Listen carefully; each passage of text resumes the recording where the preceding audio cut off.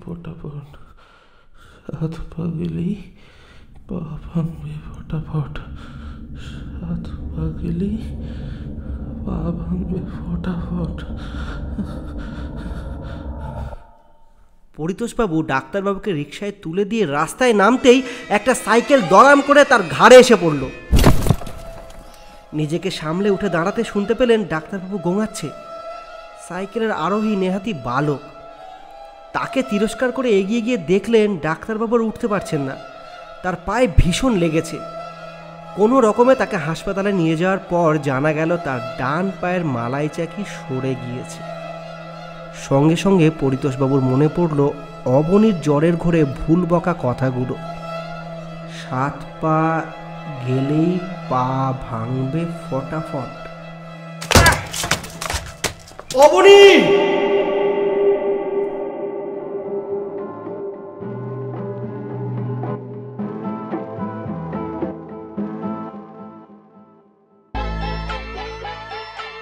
আমরা নতুন নতুন গল্প বলতে ভালোবাসি। রহস্য, রোমাঞ্চ, কল্পকাহিনী, ভয়, প্রেম, হাসি, সামাজিক গল্প, এছাড়াও প্রবন্ধ, রম্যরচনা, ইতিহাস, সমগ্র সাহিত্য জুড়ে আমাদের প্রয়াস।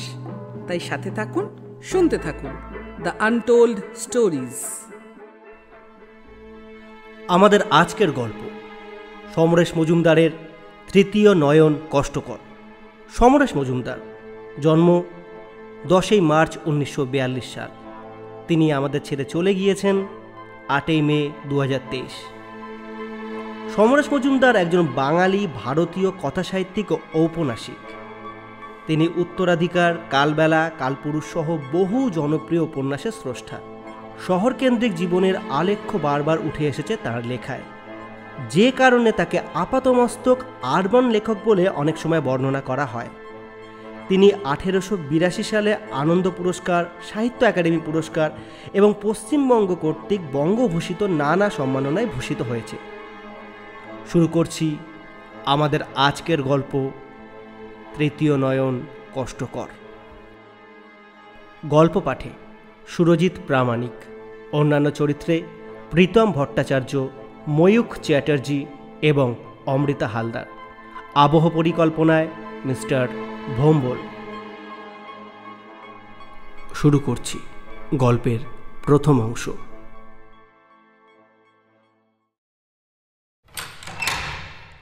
পরিতোষবাবু খুবই বিব্রত। কি করা উচিত ভেবে ঠিক করতে পারছিলেন না। ব্যাপারটা ভাবতে তার খুব গর্ব হচ্ছিল, অথচ ঝামেলা যে দিন দিন বেড়েই চলেছে। বন্ধুরা অবশ্য উপদেশ দিচ্ছিলেন, হ্যাঁ, এই মৌকা কিছু কমিয়ে নাও পরিতোষ, বুঝলে? লক্ষ্মী নিজে এসে ঘরে ঢুকতে চাইছে, তাকে ফিরিয়ে দিও না, কমিয়ে নাও, কমিয়ে নাও। উপদেশটা ভালো লাগছিল না তার। চিরকাল সৎভাবে জীবন কাটিয়েছে। জলপাইগুড়ির নবীনচন্দ্র স্কুলের অঙ্কের শিক্ষক তিনি। অভাব আছে, তাই বলে কখনো অন্যায়ের সঙ্গে আপোষ করেননি। বরং তার ন্যায়বোধটা অন্য মানুষের চেয়ে একটু বেশি রকমের। একবার ফটোপুকুরে এক ভদ্রলোকের বাড়িতে যাওয়ার কথা ছিল। সেদিন সকাল থেকে এমন বৃষ্টি, বাস, ট্যাক্সি কিছুই পাওয়া যাচ্ছে না। ওই আবহাওয়ায় না যেতে পারাটা যে কোনো অন্যায় নয়, এটা কেউ তাকে বোঝাতে পারবে না। এই রকম মানুষ বিব্রত হয়ে পড়েছেন তার একমাত্র ছেলে অবনীন্দ্রের জন্য। অবনীন্দ্র ভালো ছাত্র, জেলা স্কুলে ক্লাস 9-এ পড়ে। অতিশয় নম্র এবং ছবি আঁকার হাতটি চমৎকার। নিজের মন থেকে বানিয়ে বানিয়ে এমন সব ছবি সে আঁকে, হেডমাস্টার পর্যন্ত অবাক হয়ে যান। ছেলেটির স্বাস্থ্য ভালো নয়, বরং খুব রোগাই বলা যায়। তা নিয়ে অবশ্য কোনো দুশ্চিন্তা নেই পরিতোষবাবুর। পরিসংখ্যান নিয়ে তিনি দেখেছেন রোগারাই পৃথিবীর বেশি মেধাবী হয়। কিন্তু মাস 2 আগে ব্যাপারটা ঘটল, আর তার পরে পরে সব ওলট পালট হয়ে গেল। সামান্য জ্বর হয়েছিল অবনীর। সেই জ্বর নিয়ে স্কুলে গিয়েছিল সে। ফিরে এসে আর মাথা তুলতে পারে না। 104 হয়ে গেল শরীরের তাপ। সেই সঙ্গে ভুল বকা শুরু হলো। ডাক্তারবাবু এসে অভয় দিলেন যখন, ঠিক তখনই অবনী তার দিকে চেয়ে বলল, সাত পাগলি পা ভাঙবে ফটাফট, সাত পাগলি পা ভাঙবে ফটাফট, সাত পাগলি পা ভাঙবে ফটাফট। পরিতোষবাবু ডাক্তারবাবুকে রিকশায় তুলে দিয়ে রাস্তায় নামতেই একটা সাইকেল দরাম করে তার ঘাড়ে এসে পড়ল। নিজেকে সামলে উঠে দাঁড়াতে শুনতে পেলেন ডাক্তারবাবু গোঙাচ্ছে। সাইকেলের আরোহী নেহাতি বালক। তাকে তিরস্কার করে এগিয়ে গিয়ে দেখলেন ডাক্তারবাবুর উঠতে পারছেন না, তার পায়ে ভীষণ লেগেছে। কোনো রকমে তাকে হাসপাতালে নিয়ে যাওয়ার পর জানা গেল তার ডান পায়ের মালাই চাকি সরে গিয়েছে। সঙ্গে সঙ্গে পরিতোষবাবুর মনে পড়ল অবনীর জ্বরের ঘোরে ভুল বকা কথাগুলো। 7 পা গেলেই পা ভাঙবে ফটাফট। বাড়ি ফিরে তিনি মেপে দেখলেন দুর্ঘটনা ঠিক তার দরজা থেকে 7 পা দূরেই ঘটেছে। এমন তাজ্জব ব্যাপার দেখে হতভম্ব হয়ে ছেলের বিছানার পাশে গিয়ে দেখলেন সে বেহুশ হয়ে ঘুমোচ্ছে। খুব অস্বস্তি হচ্ছিল পরিতোষবাবু। ডাক্তার তার বাড়ি থেকে বেরিয়ে পা ভেঙেছেন বলে তো বটেই, তাছাড়া সে কথা ছেলেটা আগে ভাগে থেকে বলল কি করে বা জানলই কি করে, সেটা ভেবে পাচ্ছিলেন না পরিতোষবাবু।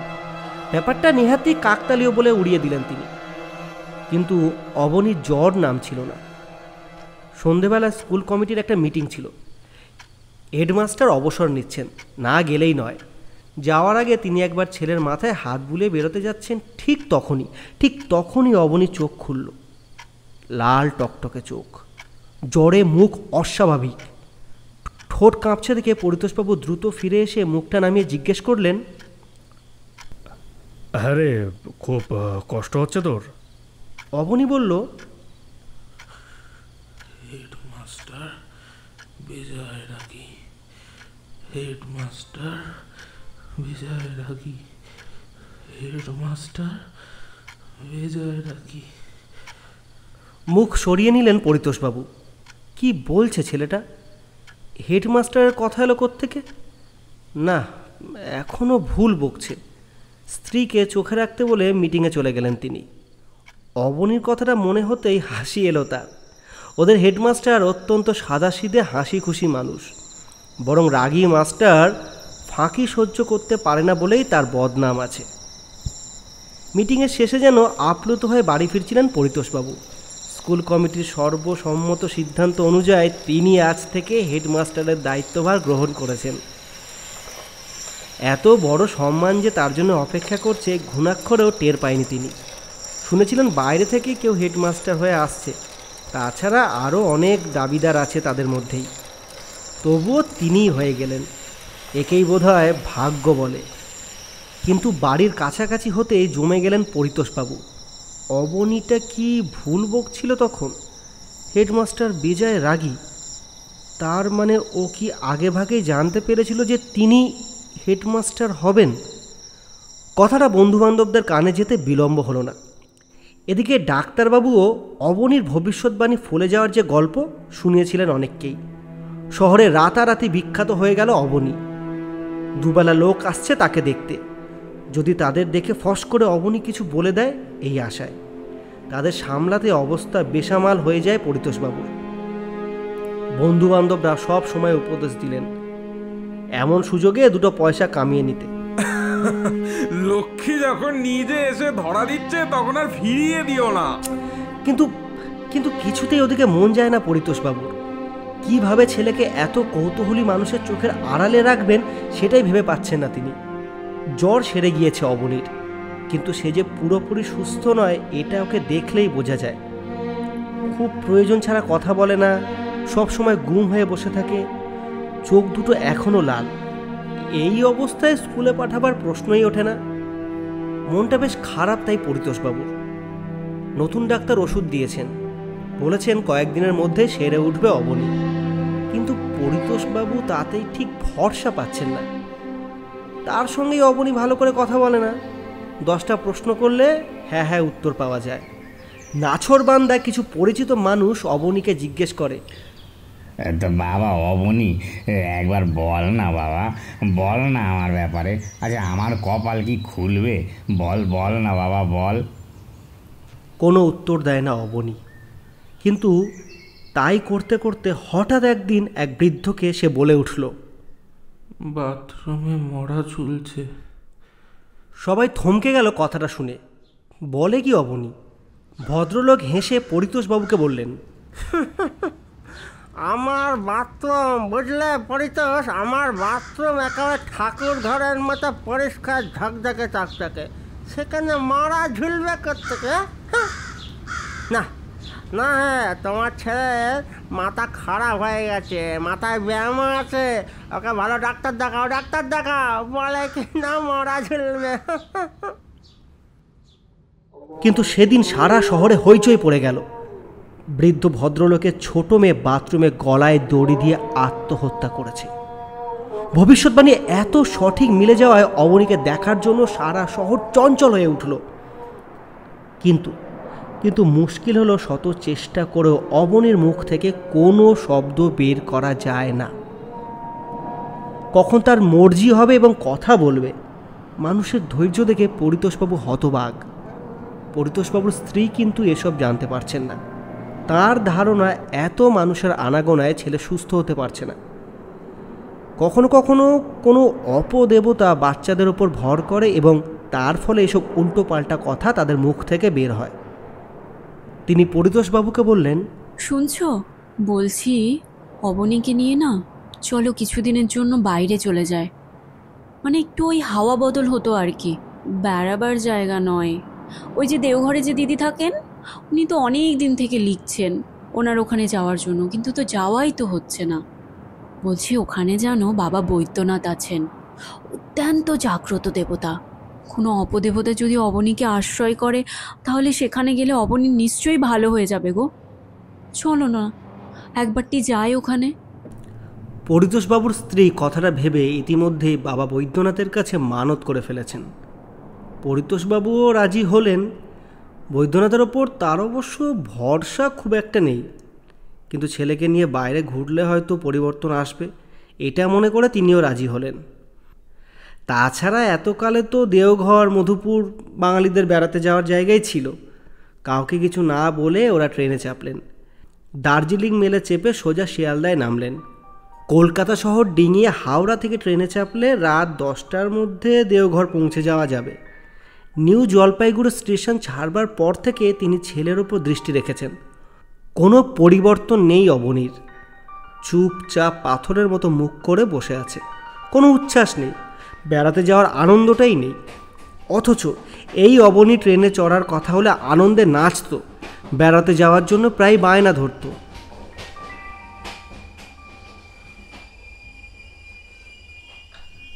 দীর্ঘ নিঃশ্বাস ফেললেন পরিতোষবাবু। বেশ কিছুক্ষণ ছেলের সঙ্গে মজার মজার কথা বলে চুপ করে গেলেন। শেষে শিয়ালদা অবধি কোনো ঝামেলা হয়নি। স্টেশনে নেমে পরিতোষবাবু বললেন, বুঝলি, এই হলো কলকাতা শহর। তোমার কি শহরটা দেখতে ইচ্ছা করছে অবনী? দীর্ঘ নিঃশ্বাসে ঘাড় নাড়ল অবনী। বলল, না, আমার কোনো ইচ্ছে নেই কলকাতা শহর দেখার। অবাক হলেও ভেতরে ভেতরে খুশি হলেন পরিতোষ। অসুখে পড়বার পর এই প্রথম অবনী সঙ্গে সঙ্গে কথার জবাব দিল। কিন্তু না বলল কেন? কলকাতা দেখবে বলে এতদিন যে বায়না করত, সে এমন স্বচ্ছন্দে না বলল। কিন্তু সাড়া দিয়েছে, এই যথেষ্ট। পরিতোষবাবুর স্ত্রী 2 হাত কপালে ঠেকালেন। জয় বাবা বৈদ্যনাথ, তুমি একটু দয়া করো বাবা। অনেকদিন পরে হাওড়া স্টেশনে এসে নিজে অবাক হয়ে গেলেন পরিতোষ। কি পরিবর্তন চারধারে! সুড়ঙ্গ দিয়ে মানুষ যাতায়াত করছে, এত লোক যে দেখলে দম বন্ধ হয়ে যায়। সেই সুড়ঙ্গ দিয়ে কুলির মাথায় মালপত্র চাপিয়ে হাতে ছেলেকে ধরে পরিতোষবাবু এগিয়ে চলেছিলেন। পেছনে ছিলেন তার স্ত্রী। হঠাৎ যেন শক্ত হয়ে গেল অবনী। পরিতোষবাবু অবাক হয়ে জিজ্ঞেস করল, কি হলো অবনী, অমন করছো কেন? ওই লোকটা বাবা, ওই লোকটা। হ্যাঁ, কি হয়েছে? কি ওই লোকটা কি? পরিতোষবাবু সামনের দিকে তাকিয়ে দেখলেন ধুতি পাঞ্জাবি পরা নাদুস নুদুস এক ভদ্রলোক সুটকেস হাতে এগোচ্ছেন। ওই লোকটা খুব বদমাস। বেশ জোরে কথাগুলো অবনীর মুখ থেকে বেরোতেই ভদ্রলোক ঘাড় ঘুরিয়ে এদিকে তাকালেন, চোখে বিস্ময় যেন। চাপা গলায় ধমকে উঠলেন পরিতোষবাবু। অবনী, কি হচ্ছে? কি অসভ্যতামি করছো? ছি, একজন অচেনা বয়স্ক মানুষকে কেউ অমন কথা বলে? চুপ। ওই লোকটা ডাকাত, ওই লোকটা ডাকাত। এবার চাপা গলায় বলাতে ভদ্রলোক শুনতে পেলেন না, কিন্তু পরিতোষবাবুর বিব্রত ভাব বেড়ে গেল। এ তো মহা ঝামেলা হলো। এই রকম অভদ্রতামি করলে মারধর খেয়ে মরতে হবে। তাছাড়া ওর রুচিতেও বাঁধছে এটা। খুব রাগ হয়ে গেল তার ছেলের উপরে, কিন্তু স্টেশন বলে কিছু বললেন না। প্রায় জোর করে টেনে নিয়ে চললেন ছেলেকে। ট্রেনে উঠে একটা ভালো জায়গায় বসিয়ে ঠান্ডা হলেন তিনি। স্ত্রীকে ব্যাপারটা বলেননি, তিনি শুনেছেন কিনা বোঝা যাচ্ছে না। পরিতোষবাবু ছেলের কাঁধে হাত রেখে বললেন, এখন শরীর কেমন আছে তোর? আস্তে আস্তে ঘাড় ঘুরিয়ে বাবার দিকে তাকালো অবনী। তার চোখ লাল। তারপর আবার জানলার দিকে মুখ ফেরালো। পরিতোষবাবুর বুকটা টনটন করে উঠল। বেচারা, ও যে অসুস্থ এটা তিনি ভুলেই গিয়েছিলেন। সঙ্গে সঙ্গে তার মনে হলো, অবনী এটা কি করছে? আচ্ছা, এটা সেই ঘোরে ভবিষ্যৎবাণী করছে না তো? না না, দূর, তা কি করে হবে? ভদ্রলোককে দেখে ডাকাত বলে মনে করা অসম্ভব। ট্রেনে ভিড় ছিল না খুব একটা। কিছুক্ষণ পর অবনী উঠে দাঁড়ালো। পরিতোষবাবুর স্ত্রী জিজ্ঞেস করলেন, কি রে বাবু, বাথরুমে যাবি? মাথা নাড়ল সে। হ্যাঁ, যাব। অবনীকে নিয়ে পরিতোষবাবু বাথরুমের দরজায় এসে দেখলেন দুটো বাথরুমের দরজাই বন্ধ। খানিকক্ষণ অপেক্ষা করতে হয়েছিল। কি একটা স্টেশন আসছে দেখে তিনি ঝুঁকে বাইরে তাকিয়েছেন। এমন সময় একটা সুন্দর গলা কানে এলো। কি খোকা, অমন করে কি দেখছো? আপনি বদমাস, আপনি ডাকাত, আপনি একজন বদমাস লোক, ডাকাত ডাকাত। দ্রুত ফিরে এসে পরিতোষবাবু দেখলেন সেই সুরঙ্গে দেখা ভদ্রলোক রুমালে হাত মুছতে মুছতে বাথরুমের দরজা থেকে বেরিয়ে দুটো চোখ ছোট করে অবনীকে দেখছে। কিন্তু তার মুখের দিকে তাকিয়ে শিউরে উঠল পরিতোষবাবু। বিষাক্ত সাপের মতো মুখ হয়ে গেছে ওর। অবনী তখনও এক রোখা ভঙ্গিতে তাকিয়ে আছে ওনার দিকে। ব্যাপারটা সামাল দিতে গিয়ে পরিতোষ তাড়াতাড়ি বলে উঠল, সরি, কিছু মনে করবেন না।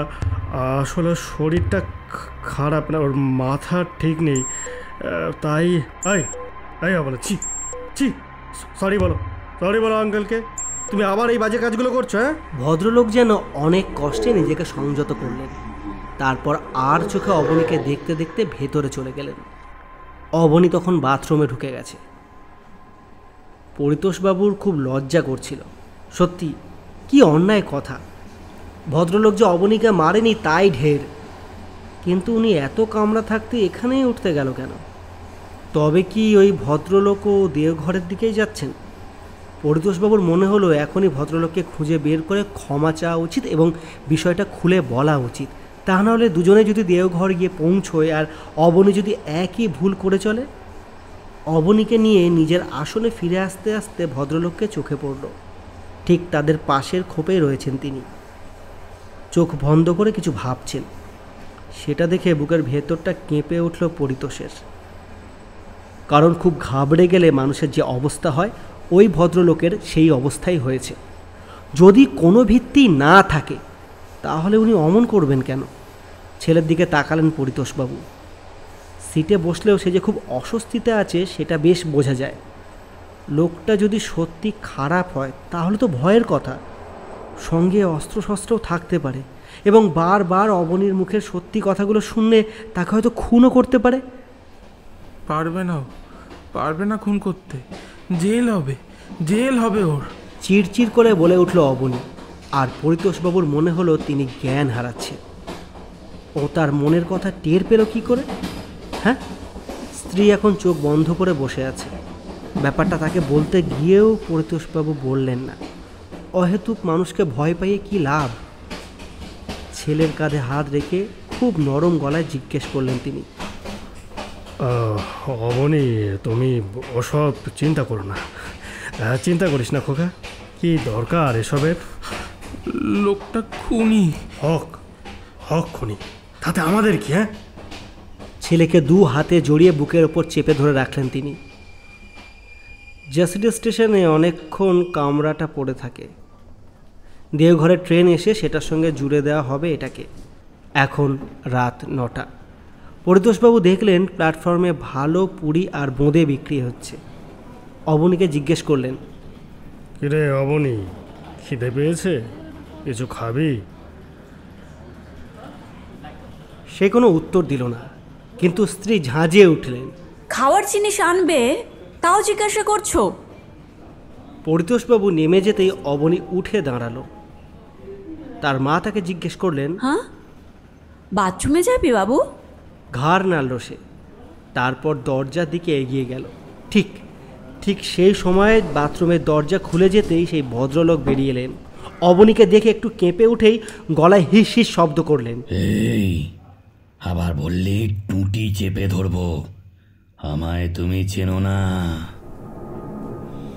চিনি, আমি তোমাকে চিনি। তুমি খুনি, একটা খুনি খুনি খুনি। লাল চোখে তাকালো অবনী। হ্যাঁ, তুই কি করে জানলি? ভদ্রলোক কিছুই বুঝতে পারছিলেন না। তারপর চট করে কোমর থেকে একটা চামড়ার হাতল বের করে সুইচ টিপতেই সরু লকলকে ফলা বেরিয়ে এলো সেটা থেকে। কিন্তু সেই সময় যে অবনী ওর দিকে ছুটে আসছে তিনি বুঝতেই পারেননি। ধাক্কাটা সামলাতে এক হাতে অবনীকে জড়িয়ে ধরতে গিয়ে ব্যালেন্স হারিয়ে প্ল্যাটফর্মে ছিটকে পড়লেন দুজনে। নিচে তিনি আর ওপরে অবনী। ভদ্রলোকের মাথাটা সজোরে ঠুকে গেছে প্ল্যাটফর্মে, আর অবনের শরীরটা অনেকটা আঁচড়ে গেছে। হই হই করে লোকজন ছুটে এলো। অবনী! বোঁদের ঠোঙা হাতে নিয়ে বিস্ফারিত চোখে ওদের পড়ার দৃশ্য দেখছিলেন পরিতোষবাবু। সেটাকে সেখানেই ফেলে পাগলের মতো ছুটে এলেন তিনি। অবনী অজ্ঞান হয়ে গেছে। ভদ্রলোক উঠে বসার চেষ্টা করছে, তখনও তার হাতে ছুরিটা ধরা। পরিতোষবাবুর চিৎকারে লোকজন তাকে চেপে ধরল। রেল পুলিশ এসে লোকটাকে ভেতরে নিয়ে যেতেই অবনীর জ্ঞান ফিরল। অবনী, কি হয়েছে বাবা? কি হয়েছে বাবা? বাবা,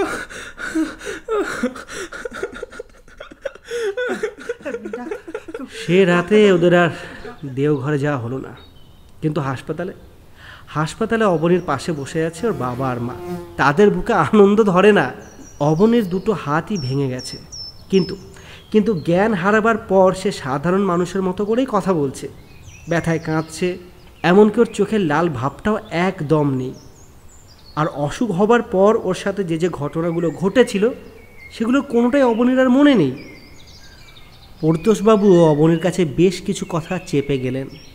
তার মধ্যে গুরুত্বপূর্ণ কথাটা হচ্ছে, যে লোকটিকে অবনী ডাকাত বলেছে, খুনি বলেছে, বাজে লোক বলেছে, তার কোমরের বেল্ট থেকে বহু লক্ষ টাকার বেআইনি সোনার বিস্কুট উদ্ধার করেছে রেল পুলিশ। শুধুমাত্র তাই নয়, এও জানা গেছে ওই ভদ্রলোকের মুখোশের আড়ালে আসলে তিনি একজন বড় ডাকাত।